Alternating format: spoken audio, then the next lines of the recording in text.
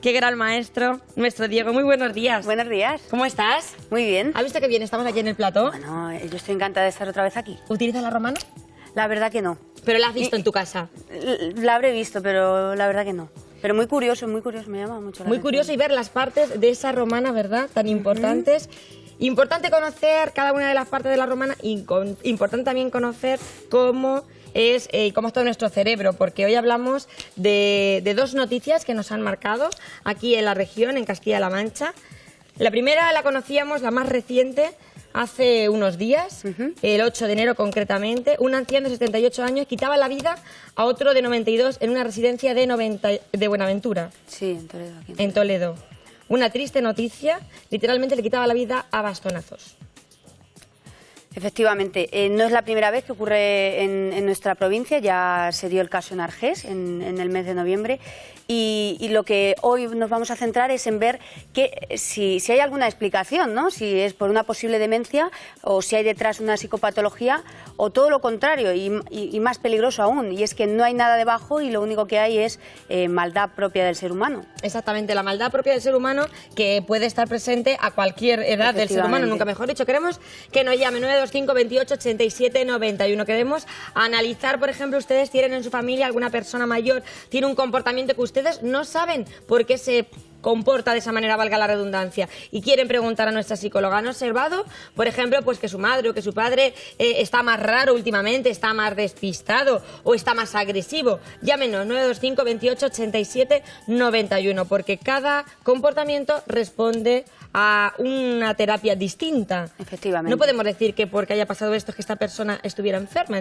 tenemos que analizar ese caso. Efectivamente, este caso en concreto todavía está en un proceso contencioso, con lo cual tampoco quiero que nos centremos bien porque ya lo están llevando los peritos especializados. Pero sí, en general, ¿qué está pasando y cómo prevenir, ¿no? Que es el kit del asunto. ¿Cómo prevenir? Porque además también teníamos otra noticia, está en noviembre, un anciano de 86 años de edad ha matado a otro de 80. Este triste suceso ocurría en una residencia de Argés también. Y varones. Me llama la atención que sean varones. Bueno, no hay un factor explicativo para eso, porque sí que las conductas agresivas pueden ser tanto en la mujer como en el hombre, con lo cual ahí sí que la tasa o el índice sea algo mayor, sí, pero que no hay una explicación determinante. Claro, que hay un perfil psicológico en concreto para Cuando para los psicólogos abordarlo. que trabajáis en residencias, tú además trabajas en varios centros de día, os encontráis, os levantáis con una noticia así, ¿cómo actuáis? Claro, el mayor... lo que más te choca es cómo es posible, ¿no? Y más en una residencia donde hay una supervisión constante 24 horas. Pero es que puede pasar tanto en una residencia como en cualquier hogar de la gente que nos está escuchando. Con lo cual, lo primero es intentar, bueno, pues culpabilizarte, decir qué puedo hacer yo, ¿no? Para prever este tipo de conductas, pero bueno, muy alarmante porque ya son muchos los casos, no solo en la provincia, sino en la región y en España, que están pasando. Casos que están pasando en nuestro país, y entonces aquí sí que tenemos que quizás poner un poco ese dedo en la llaga y tener más claro qué le pasa a nuestros mayores. O sea, ¿cómo podemos nosotros descubrir, o por ejemplo esa residencia, ese director de la residencia, cómo puede anticipar que vaya a pasar una cosa de estas y evitarla? Muchas veces este tipo de agresividad es algo instrumental, responde a algo, ¿no? Con lo cual sí que podemos prever que el mayor se empieza a comportar de manera extraña. Una demencia no puede debutar solo con pérdidas y con olvidos o con pérdidas de memoria. Muchas veces debuta con comportamientos que son poco habituales en él, comportamientos agresivos o pérdida de la higiene personal o dificultad para llevar un hábito de vida normal. Con lo cual sí que podemos ver pinceladas en la que, uy, mi madre ya no es la que era, uy, se comporta de manera distinta, su expresión facial ha cambiado, sus hábitos han cambiado, y no solo con la pérdida de memoria, que es lo que siempre tiene demencia, pérdida de memoria. Hay muchas cosas en la antesala que podemos hacer y que pueden evitar este tipo de... También hay que decir que podemos descubrir en nuestros padres, en nuestros abuelos, una pérdida de memoria y no responder a nada. O sea, simplemente que está más despistado, que también puede ser. ¿Cuándo nos tenemos que alarmar? Efectivamente, con el paso del tiempo, nuestra edad cronológica cambia, aumenta, y por lo tanto hay un deterioro cognitivo que es acorde a tu edad cronológica, es decir, tus facultades cognitivas sí que pueden verse alteradas simplemente por el paso del tiempo, pero nada alarmante.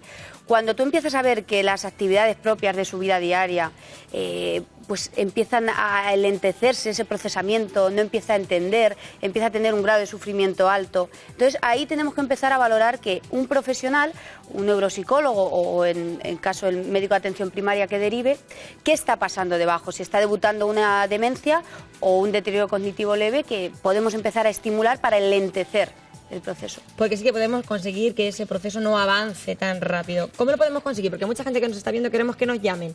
925 28 87 91. Que nos llamen y participen y que nos cuenten, porque seguramente que Mar les va a poder ayudar. 925 28 87 91. ¿Han descubierto algún comportamiento que no les cuadra en sus padres, en sus abuelos y les gustaría saber qué está pasando? Entonces queremos, por favor, que nos lo consulten, que nos lo cuenten, porque podemos evitar tristes sucesos como los que han acontecido últimamente. Claro, en concreto estos sucesos ya digo que no sabemos si responden o a un proceso demencial o responden a una psicopatología o a un proceso psicótico o a la nada. Dicen que se comportaban de manera normal, los que los conocían, a los dos, son vecinos de Navamorcuende, los dos vecinos, que no habían tenido ningún problema antes en el pueblo y que ellos se llevaban bien. Claro, por eso, que no sabemos qué hay, ¿no? En dónde hunde sus raíces este trágico homicidio, con lo cual, supuesto homicidio, con lo cual tendríamos que analizarlo más detenidamente. Pero sí que normalmente las conductas agresivas que tienen su raíz en una demencia tienen ya algunos matices, dan la cara de alguna manera. No es algo tan abrupto que lleguen y pase. Sí que están relacionadas ciertas demencias con agresividad. Eso sí que lo hemos percibido en enfermos de Alzheimer, un comportamiento agresivo. ¿Cómo diferenciamos el Alzheimer de una agresividad de otras características que no tengan que ver con demencia?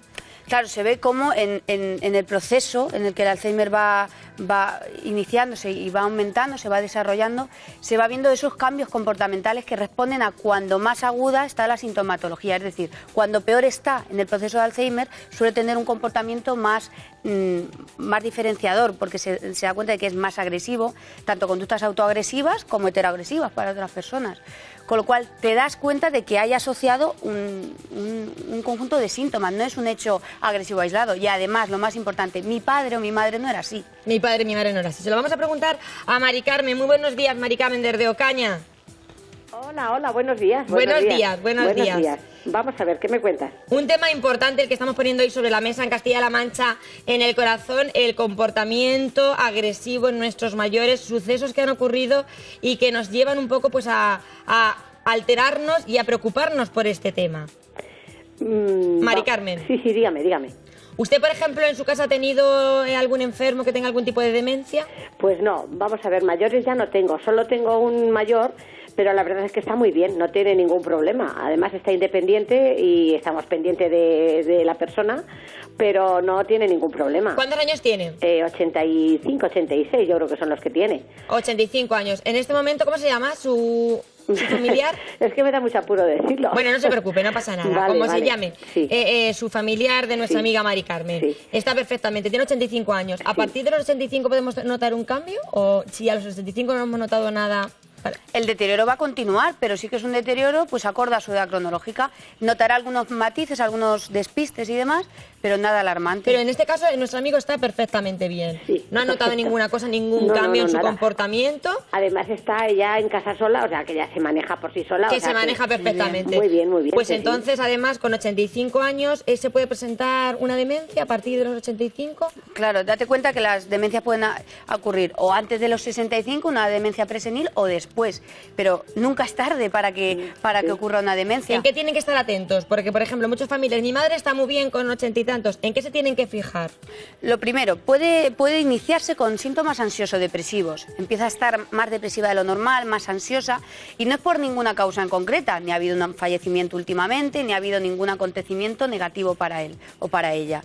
Y además empieza a tener una conducta diferenciadora. Se nota que no tiene los mismos hábitos que antes. Como decíamos, los hábitos de higiene, los hábitos de la rutina diaria, el funcionamiento cambia. Y sobre todo que esos pequeños despistes ya se convierten en cosas más graves. Ya no son despistes, sino que tenemos una alteración en la memoria a corto plazo y memoria inmediata. Pues eso es la lista que tenemos que hacer todos. Mari Carmen, muchas gracias. Vale, gracias a vosotros. Gracias. Que tengas un buen día. Venga, adiós para vosotros. Una Adiós. lista importante que tienen que hacer Adiós. en su casa pues para evitar o para detectar estos problemas en las personas que viven con ustedes. Isabel, desde Año Verde, Tajo, muy buenos días. Buenos días, Isabel. Buenos días. ¿En su caso se encontró con algún familiar con algún tipo de demencia? Pues sí, mi madre y mi abuela. Y yo quiero saber si eso es hereditario porque yo tengo ya muchas cosas que digo a mi hermana, voy a volverme antes que madre con esa enfermedad. ¿Qué tenían? ¿Alzheimer? Alzheimer, sí. Su abuela y su madre. ¿Y usted Y mi cuántos madre. años tiene? Yo 65, 65 años. sí. Es que es la gran pregunta. ¿El Alzheimer se hereda? Hay un factor hereditario en la herencia genética, pero no solo es eso, no podemos darle una explicación solo basada en los genes. Depende mucho del ritmo de vida que lleve la paciente, de la estimulación que reciba, de rasgos de personalidad, aspectos de salud física, de nutrición y demás, con lo cual no solo debe de basarse en que es algo genético, sino que hay más ingredientes que darían explicación, por lo tanto no tiene por qué alarmarse. ¿Ella qué puede hacer? ¿Se puede evitar el Alzheimer? Se puede lentecer el proceso, se puede hacer más llevadero, pero es una enfermedad que efectivamente los síntomas se pueden paliar un poco con estimulación cognitiva, llevando hábitos de vida saludables, una estimulación en general, una buena alimentación, pero la enfermedad está ahí. Lo único que se puede abordar de una manera y llevar de una manera o de otra. Isabel, ¿usted ha notado algún síntoma? ¿Usted?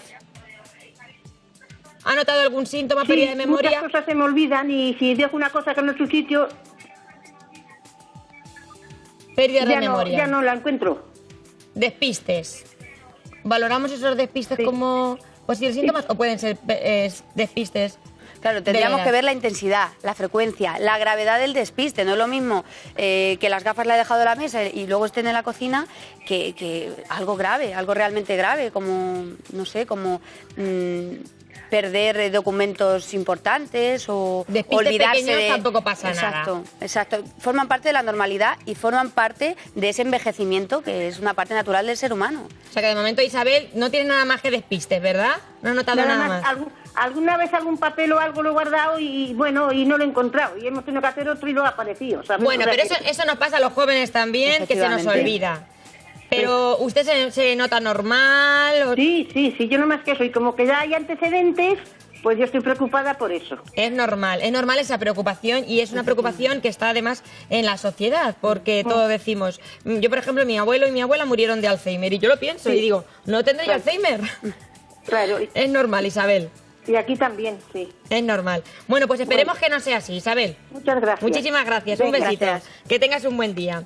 Analizamos el perfil, el comportamiento de estas personas y quien sabe mucho de comportamientos es la persona que está al otro lado del teléfono, el es Oscar. Muy buenos días, psicólogo Hola, perito buenas. judicial. Buenos días, Hola, buenos días. ¿cómo estás? Bien. Supongo que te pillamos en el trabajo que tiene un perito diario, que quizás es la parte complicada, ¿verdad? Cuando tenemos que analizar el perfil de alguien que ha sido acusado por homicidio. En este caso, como ocurría con el anciano de 78 años, que mataba, en este caso, que le quitaba la vida a otro de 92 en una residencia de Buenaventura. Hombre, difícil. Escuchando a Mar, más difícil es realmente anticiparte a este tipo de situaciones. Luego, una vez tristemente se han producido ya, pues evaluar a estas personas que han cometido un homicidio, han cometido un asesinato.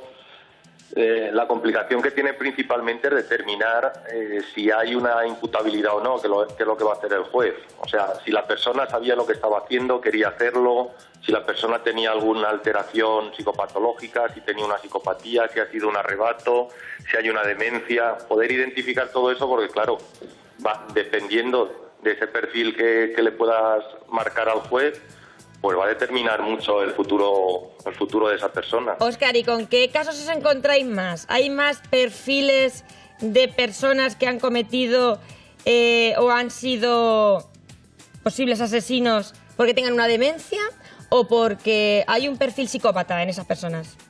En personas mayores es más normal que este tipo de conductas violentas se produzcan debido a demencias, debido a alteraciones, pues bueno, que hayan sido producto de falta de control, pero porque haya habido una enfermedad previa, una enfermedad que a lo mejor no parecía que fuera a presentar esta conducta, pero que en una situación de conflicto pues sí que la pueden presentar. Luego hay otros casos que sin haber una psicopatía previa sí que se producen, pues bueno, peleas continuas, personas con personalidad ya violenta de toda la vida que desencadenan en un momento dado en un homicidio. Pero a veces nos da miedo pensar y decir, bueno, a lo mejor esta persona ha sido un psicópata toda su vida y ahora la vejez, que le da un poco ya todo igual, sale esa furia. Eso es posible, por eso yo quiero que hablamos de la prevención, para evitar que tenemos que percatarnos. Si ha sido un psicópata, ya te digo yo que ha presentado las conductas violentas antes. Claro es que un psicópata se controle hasta la edad adulta. De hecho, incluso con los psicópatas, su peligrosidad violenta disminuye con la edad. O sea, gente que ha cometido barbaridades con 20, 25 años y luego cumplen 60 o 65 tienen mucho menos riesgo de estas conductas, no de otras, hablando de un psicópata, no de otras de manipulación, de estafa y demás, pero que alguien que tuviera, digamos, este tipo de inclinación, si le podemos llamar así, lo tenga oculto hasta los 80, pues prácticamente imposible. Eso es imposible, vale, pues nos quedamos más tranquilos, Óscar, sí. Nos quedamos más tranquilos. Sí, seguro. Muchísimas gracias. A vosotros. Muchísimas gracias, un abrazo, Óscar de Bolmae. Hablamos de que es imposible que nosotros, si hay un psicópata, me ha encantado esa respuesta de Óscar, me ha dejado mucho más tranquila, mucho más tranquila, porque, por ejemplo, a la hora de organizar las habitaciones en una residencia, tú que trabajas además en una de ellas, ¿tenemos que tener en cuenta este tipo de comportamientos, estos perfiles? Efectivamente, las residencias en las que se comparte habitación tienen que cumplir unos criterios de idoneidad. No cualquier persona es hábil y es válida para compartir habitación, sino que previamente, pues depende, ¿no?, del complejo residencial en el que se trabaje, pero por lo menos en el complejo residencial donde yo trabajo, en Virgen de la Blanca, sí que se establecen unos criterios, es decir, se miran unos rasgos de personalidad determinados, se mira si está debutando o no una demencia, se mira qué grado de compatibilidad tiene a nivel de, bueno, pues hay gente que se lleva mejor y peor. Necesitamos que esas personas tengan rasgos en común, tengan rutinas similares, tanto de ciclo vigilia-sueño, que duerman y se levanten de la misma vez. Que tengan una vida similar, es como te ponen con tu compañero del cole de pupitre cuando eres un niño. Efectivamente, ni más ni menos. Nos vamos a ir hasta Toledo con María. Muy buenos días, María. Hola. Quería hacer una consulta a nuestra psicóloga, cuéntenos. Sí. Mire, quería preguntar que estamos cuidando a mi suegra y entonces tiene demencia, no sabemos ni lo que tiene, porque nos repite lo mismo día y noche. Y ya no sabemos si contestarle, si no contestarle, no sabemos por dónde tirar. Ella nos dice dónde estoy y dónde me voy a acostar, y dónde estoy y dónde me voy a acostar. Eso es repetido todo el día. Claro, aquí vamos a ponernos en la piel de esta persona que llama, de cuando estás... de María. Claro, de María. Estás cuidando a una persona con una demencia en la que cada día es nuevo, cada segundo hay que repetir, cada minuto hay que repetir quién es, dónde está, por qué está ahí, repetirle los hábitos que tiene que tener, con lo cual imagínense la carga que tiene cuidadora. En este caso, aunque se pueden dar consejos, pero nada como vivirlo en la propia piel, de que, bueno, tiene que intentar tener paciencia. Y contestarle, efectivamente, porque la ignorancia lo que le lleva es a tener más alteración y demandar más atención todavía. Pero todo el tiempo contestándole. Claro, efectivamente, no podemos reforzar conductas si empieza a repetir y yo contesto. Entonces le estoy reforzando la conducta porque tiene una atención. Pero sí que de vez en cuando, pues orientarla, porque está desorientada temporal y espacialmente. Orientarla, pues sí, está todo el día desorientada. Todo el día. Es que está acostada y dice, ¿dónde me voy a acostar? Y se lo repite y vuelvo a decírtelo y la llevamos a la cama y se la enseñamos y volvemos. Y de nosotros nadie dice qué lástima de la cuidadora. Tiene razón, qué lástima de la cuidadora. Vamos a destacar esta palabra con mayúsculas, ¿verdad? Porque los cuidadores de enfermos de Alzheimer sufren en silencio esta enfermedad como nadie. Mar. Es importante que María, bueno, y la gente que nos esté escuchando sepa que no hay una intencionalidad. Parece que cuando nos sacan de nuestras casillas, parece que cuando nos repiten mil y una vez lo mismo, parece que hay una intención, que nos quieren fastidiar, y no es así. Es propio de la enfermedad. Con lo cual, no tomárselo como algo personal, cargarse de paciencia y sobre todo pedir ayuda del profesional. Igual que cuando necesitas tienes un diente mal y vas al dentista, pues hay que echar mano de los terapeutas ocupacionales, los psicólogos, los neuropsicólogos, que sean los que evalúen y los que den pautas. Igual las auxiliares de enfermería, que hacen un trabajo extraordinario con nuestros mayores. En este caso podemos decir, María, que nos estás escuchando, cuando tenemos un enfermo de estas características, quizás está mejor en un centro especializado, porque la familia llega un momento en el que no puede hacer nada. Claro, aquí tendríamos que analizar la situación personal de María. Si realmente tiene las habilidades necesarias para poder abordar esta enfermedad, tiene pues unos hábitos que le permiten tener tiempo sin que se vea su vida personal mermada, ¿no?, por el cuidado de un mayor. María, yo supongo que tus conocimientos serán los mismos que podamos tener cualquier familiar, ¿verdad? Lo que tenga yo. Sí. Que al final te sientes como que no sabes qué hacer, ¿verdad? Impotente. No sabes qué hacer. Ya no sabes si contestarle, si no contestarle. Porque ella entra al trapo y te dice, anda, no entres al trapo, no le sigas la corriente. ¿Pero qué haces? A ver qué hacemos ahí. Aquí habla su enfermedad, no habla ella. Tenemos que tener claro que cuando en este tipo de conductas habla la enfermedad, habla el Alzheimer, no está hablando ella, por lo cual no tomárselo como algo personal. ¿Y no hacemos nada? No, en este caso tenemos que intentar, pues eso, cargarnos de paciencia, y si estamos preparados para aguantar esa carga, porque es una carga laboral importante, pues a por ello, y si no, pues echar mano de la gente especializada. Porque no hay solución. Se puede lentecer, se puede estimular, se pueden hacer actividades, hay un montón de centros de día. ¿Qué tipo de actividades puede hacer, por ejemplo, María con ella? Cosas de memoria, que fomente de la memoria a corto plazo, la memoria de trabajo, hacer que las rutinas del día a día las haga la persona enferma, si puede todavía. No hace nada. Ni quiere hablar nada, ni quiere ninguna conversación, ni le estimula ninguna conversación. Solo le estimula el saber dónde estoy y dónde me voy a acostar. No le estimula nada. En este caso yo creo que a lo mejor ya es recomendable recurrir a un especialista más. Efectivamente, también una medicación siempre nos puede ayudar, aunque hoy en día existen también terapias no farmacológicas que ayudan a lentecer estos síntomas. ¿Por ejemplo? Se va a poner en marcha ahora mismo en la residencia donde estamos trabajando una nueva terapia basada en no farmacología mediante animales, con perros y demás, que se ha demostrado que esa estimulación puede llegar a enlentecer los síntomas y que la demencia pues vaya mucho más lenta. Pues paciencia, Bueno, pues... amiga María, paciencia, y sobre todo si usted se encuentra... Pero es que no se compra la paciencia. La paciencia no se compra ni se vende. Desde luego que sí. Y sobre todo si usted cree que lo necesita, recurrir a un especialista, porque a veces tenemos ese miedo de llevar a nuestros familiares a una residencia, pero quizás cuando tienen una enfermedad tan grave como es el Alzheimer, es donde mejor pueden estar, porque van a estar atendidos por profesionales. María. Gracias. Muchísimas gracias, de verdad. Así. El miedo a llevar a los mayores, a nuestros mayores enfermos, como por ejemplo de Alzheimer, a una residencia.